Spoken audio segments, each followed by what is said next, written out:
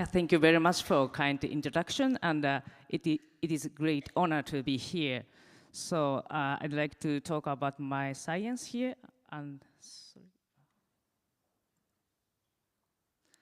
so since my undergraduate, so I was fascinated in seeing the structures of the DNA or proteins. So to solve the structure, I am doing such kind of X-ray crystallography and cryo-EM microscopy technique. So as you may know, that the cryo-EM is now has a Nobel Prize at the 2017. So this is my short bibliography. So that I took the PhD at the Tokyo University, but from at that stage I was interested in translation and TNN transport. Then I changed my interest from the overseas education, and I go to the Patrick Kramer's laboratory in Germany, and I conducted to the research of the gene transcription. So actually, I try to solve the huge complex, which is composed of the 25 subunit, and it's called mediator. And this is a so challenging project. So I spent 5.5 years in Germany, and the problem was that how I can overcome the funding problem. So in that stage, I'd like to express gratitude to the HFSPO because which fund the two term of the research. So actually the HFSPO permit me to separate that research term two part, and I could survive during the overseas education. Then from the overseas education, I am conducting the research in the combination of the transcription in context of the chromatin. So this is the structure which I solved during the overseas education.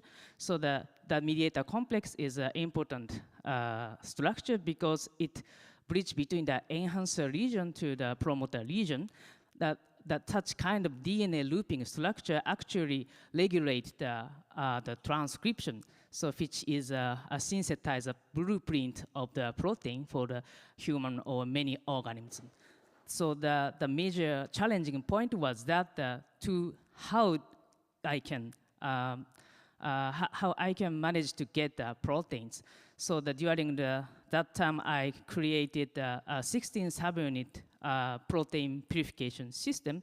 So using the E. coli, I made polycystonic vectors to exploit whole 16 subunit. Actually, it is a minimal subset of the functional mediator complex. Then after that, recently, I also interested in a unique chromatin structure. So that traditionally, the chromatin is formed in such kind of packed structure, and that basic unit is called a nucleosome. So traditionally, actually, the nucleosome is composed. Nucleosome is believed to compose from the 4 types of histone. But I found that actually the only 2 types of histone, H3 and H4, can make such kind of octameric core. So this is one interesting point and discovery, I think, because that kind of structure, we don't know what kind of modification is occur in there, or how the chromatin remodeler can move this kind of chromatin particles. So lastly, I'd like to introduce you the benefit of the studying abroad.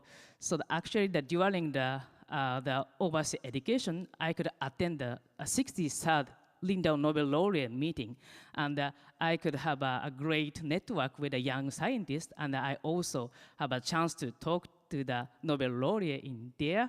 Actually, I could take a photo with Hiroshiko. He is the